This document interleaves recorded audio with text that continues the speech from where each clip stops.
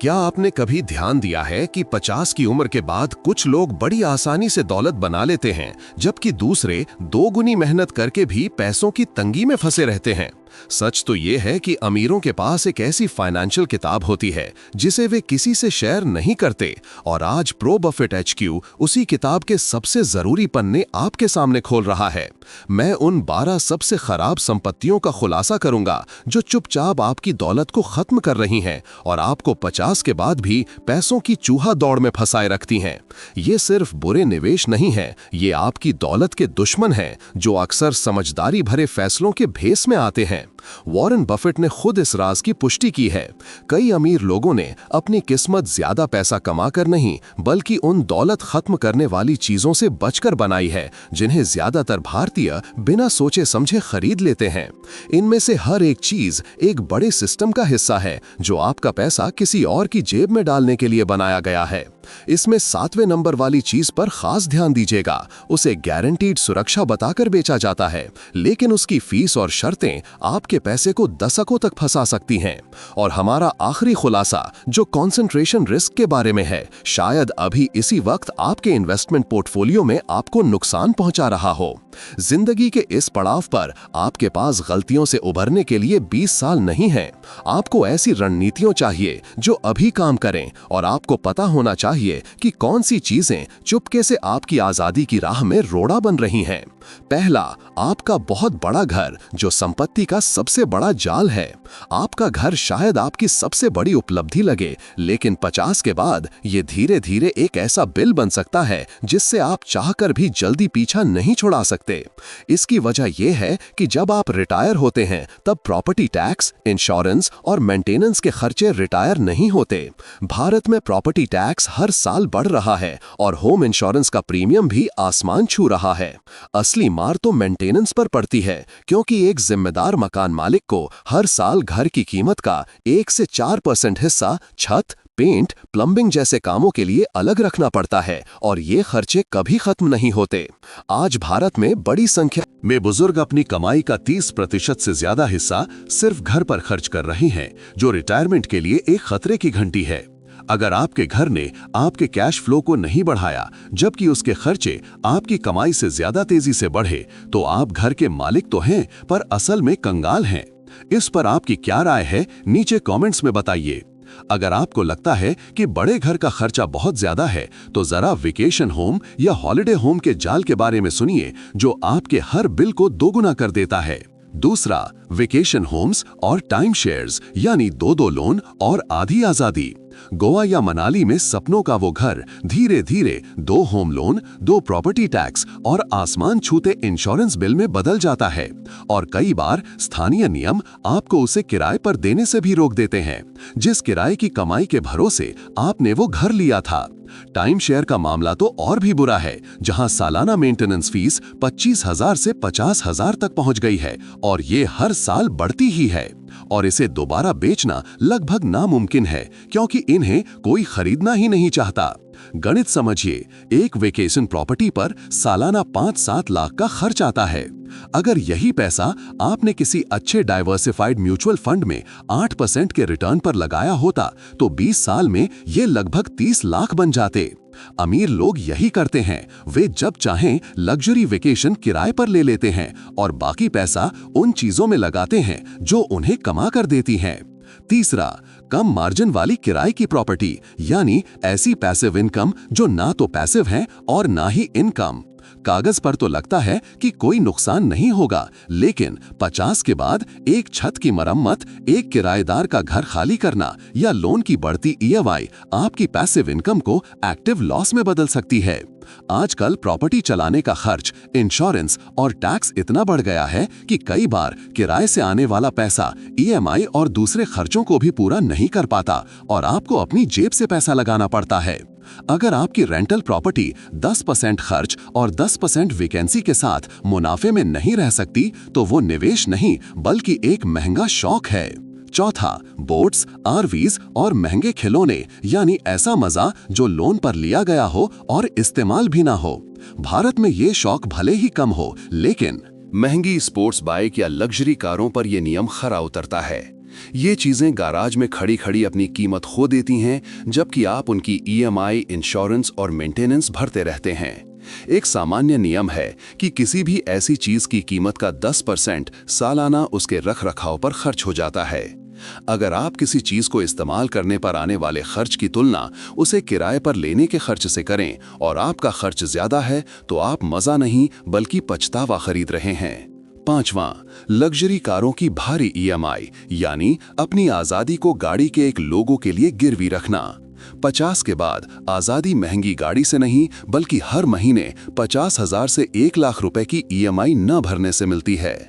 आजकल 7-7 साल के लोन आम हो गए हैं, जिससे लोग एक लोन खत्म होने से पहले ही दूसरी गाड़ी ले लेते हैं और कर्ज के जाल में फंसे रहते हैं। एक महंगी गाड़ी की ईएमआई अगर आप किसी अच्छी सिप में लगा दें तो रिटायरमेंट तक आप एक बड़ी दौलत बना सकते हैं। वॉरेन बफेट, जिनकी संपत्ति खरबों में है, आज भी एक सामान्य गाड़ी चलाते हैं। अमीर लोग यही करते हैं, वे भरोसेमंद ट्रांसपोर्टेशन चलाते हैं और ईएमआई का पैसा उन एसेट्स में लगाते हैं जिनकी कीमत समय के साथ बढ़ती है। क्या आपने भी कभी महंगी गाड़ी के चक्कर में अपनी बचत को दांव पर लगाया है? अपना अनुभव शेयर करें। छठा और आखिरी, पर्सनल गारंटी वाले छोटे बिजनेस के सौदे, यानी आप आजादी खरीद रहे हैं या उसे बेच रहे हैं। 50 के बाद बिजनेस शुरू करना आपको आजादी दे सकता है, या फिर एक सिग्नेचर से आपका घर, आपकी सैलरी और आपकी सारी बचत एक झटके में छीन सकता है। जब आप बिजनेस के लिए लोन लेते हैं तो बैंक आपसे पर्सनल गारंटी साइन करवाते हैं, जिसका मतलब है कि अगर बिजनेस फेल हो गया तो बैंक लोन की पूरी वसूली आपकी व्यक्तिगत संपत्ति से करेगा। आपका घर तक नीलाम हो सकता है। फ्रेंचाइजी बिजनेस में तो फिक्स्ड रॉयल्टी भी होती है जो आपको देनी ही पड़ती है, चाहे आपका बिजनेस चले या ना चले। आधे से ज्यादा नए बिजनेस 5 साल भी नहीं चल पाते, और अगर आपने पर्सनल गारंटी के साथ बड़ा लोन लिया है तो एक बिजनेस का फेल होना आपकी पूरी जिंदगी की कमाई को तबाह कर सकता है। अगर बिजनेस फेल हो जाता है तो बैंक आपका घाटा नहीं सहता, सारा बोझ आप पर आता है। इसका गणित बहुत क्रूर है, किसी गिरते हुए बिजनेस ही नहीं करती। 50 के बाद कई लोगों को पता चलता है कि उनकी यूलिप या एंडोमेंट पॉलिसी वैसे काम नहीं कर रही जैसा उन्होंने सोचा था। उम्र के साथ इंश्योरेंस का खर्च बढ़ता है और आपका प्रीमियम भी बढ़ सकता है। पॉलिसी पर लिया गया लोन और भी खतरनाक हो सकता है। अगर किसी वजह से पॉलिसी बंद हो गई तो लोन की रकम को आपकी टैक्सेबल इनकम मान लिया जाता है, भले ही आपको कोई पैसा न मिला हो। सबसे बड़ी बात, एक होल लाइफ पॉलिसी उसी कवर के लिए टर्म लाइफ पॉलिसी से 5 से 10 गुना महंगी हो सकती है। अगर 45 साल का व्यक्ति 50 लाख के कवर के लिए टर्म प्लान लेता है तो उसे सालाना 20,000 रुपए देने होंगे, जबकि होल लाइफ के लिए उसे 2 लाख तक देने पड़ सकते हैं। इस 1,80,000 रुपए के फर्क को अगर सही जगह निवेश किया जाए तो कहीं ज्यादा दौलत बन सकती है। अमीर लोग बीमा और निवेश को अलग रखते हैं। वे सुरक्षा के लिए टर्म प्लान खरीदते हैं और बाकी पैसा बेहतर रिटर्न वाली जगहों पर लगाते हैं। अब हमारा 9वां दुश्मन आपके पैसे को ऐसी जगह लॉक कर देता है जहां आप उसे छू भी नहीं सकते, बेच भी नहीं सकते और ये भी नहीं जान सकते कि उसकी असली कीमत क्या है। 9वां, प्राइवेट रियल एस्टेट या स्टार्टअप डील्स, जिन्हें पैसिव इनकम बताकर बेचा जाता है। ये पैसिव सिर्फ कागज पर होता है, असलियत में आपका पैसा सालों के लिए लॉक हो जाता है। प्रमोटर कभी भी पैसा देना बंद कर सकता है और आपको होने वाला घाटा आप अपनी सैलरी इनकम से एडजस्ट भी नहीं कर सकते। तुषार, जो बेंगलोर में एक आईटी प्रोफेशनल है, ने एक रियल एस्टेट सिंडिकेशन में 20 लाख रुपए लगाए, जिसमें 7% सालाना रिटर्न का वादा था। जब ब्याज दरें बढ़ीं तो कैश फ्लो 7% से गिरकर 3% रह गया और प्रमोटर ने पेमेंट रोक दी। तुषार अपना पैसा वापस नहीं निकाल सका क्योंकि एग्रीमेंट में इसकी इजाजत नहीं थी।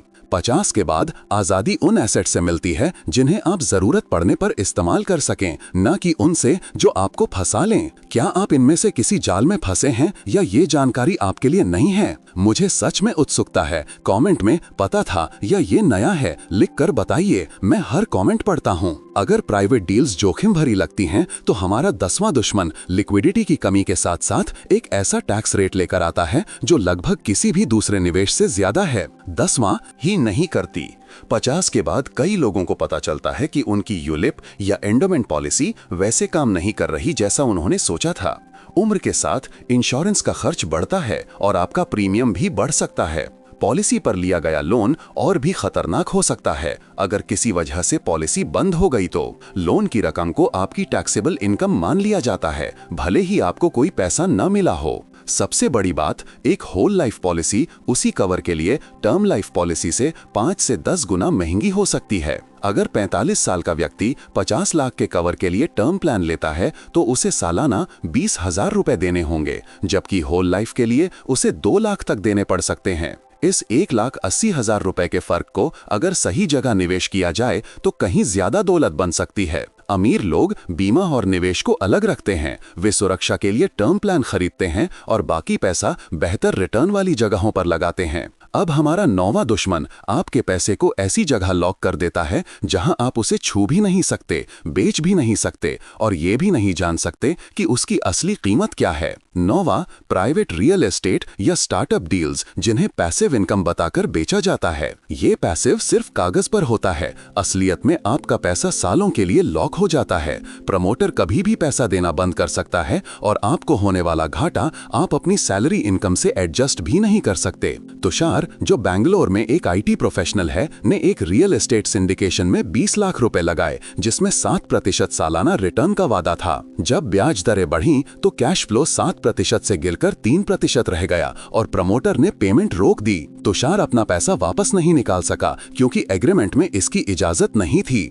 50 के बाद आजादी उन एसेट से मिलती है जिन्हें आप जरूरत पड़ने पर इस्तेमाल कर सकें, न कि उनसे जो आपको फंसा लें। क्या आप इनमें से किसी जाल में फंसे हैं या ये जानकारी आपके लिए नहीं है? मुझे सच में उत्सुकता है। कमेंट में पता था या ये नया है लिखकर बताइए, मैं हर कमेंट पढ़ता हूँ। अगर प्राइवेट डील्स जोखिम भरी लगती हैं तो हमारा 10वां दुश्मन लिक्विडिटी की कमी के साथ साथ एक ऐसा टैक्स रेट लेकर आता है जो लगभग किसी भी दूसरे निवेश से ज्यादा है। 10वां, कलेक्शन वाली चीजें जैसे आर्ट, विंटेज कारें या सिक्के। ये दिखने में सुंदर हो सकती हैं, पर इन पर टैक्स बहुत भारी होता है। ये चीजें कोई इनकम नहीं देती और इन्हें रखने, बीमा कराने का खर्चा अलग होता है।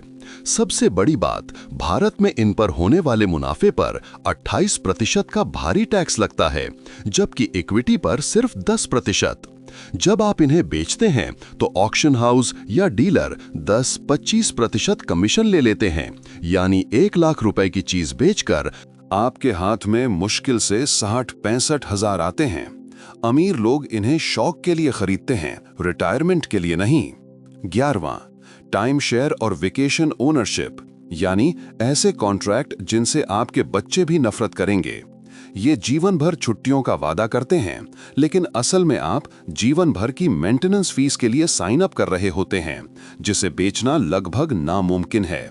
ये फीस हर साल बढ़ती है, भले ही आप बीमार हों या वहां जाना बंद कर दें। और कुछ मामलों में ये कर्ज आपके बच्चों को विरासत में मिलता है। और अब हमारा अंतिम और सबसे खतरनाक दौलत का दुश्मन, जो शायद अभी इसी वक्त आपके पोर्टफोलियो में बैठकर आपके सारे रिटायरमेंट के सपनों को एक ही दांव पर लगा रहा है। 12वां, कंसंट्रेशन और सट्टेबाजी का जोखिम, यानी एक ही दांव जो सब कुछ तोड़ सकता है। 50 के बाद बाजार नहीं, बल्कि 1 या 2 बड़े दांव रिटायरमेंट को बर्बाद करते हैं। अगर आपके पोर्टफोलियो का 10% से ज्यादा हिस्सा किसी एक ही स्टॉक में है, खासकर आपकी अपनी कंपनी के स्टॉक ESOPs में, तो ये बहुत बड़ा खतरा है। अगर कंपनी डूबी तो आपकी नौकरी, सैलरी और निवेश सब एक साथ डूब जाएगा। एक बुद्धिमान निवेशक अनुमान नहीं लगाता, वो निफ्टी 50 जैसे इंडेक्स में निवेश करके पूरे बाजार को खरीद लेता है। याद रखिए, जब ज्यादातर लोग महंगी चीजें खरीदकर अमीर होने का दिखावा कर रहे हैं, तब आपके पास असली दौलत बनाने का ज्ञान है। अमीर लोग इन 12 जालों से इसलिए नहीं बचते कि वे कंजूस हैं, बल्कि इसलिए कि वे समझते हैं कि असली दौलत उन चीजों से आती हैं जो आपको पैसा कमा कर देती हैं, न कि उन चीजों से जो आपसे पैसा लेती हैं। इस वीडियो ने आपकी कितनी मदद की? 1 से 10 के पैमाने पर रेट करें और अपना स्कोर कमेंट्स में बताएं। प्रो बफेट HQ पर हम आपके लिए ऐसी ही असरदार जानकारी लाते रहेंगे, इसलिए हमारे साथ जुड़े रहें।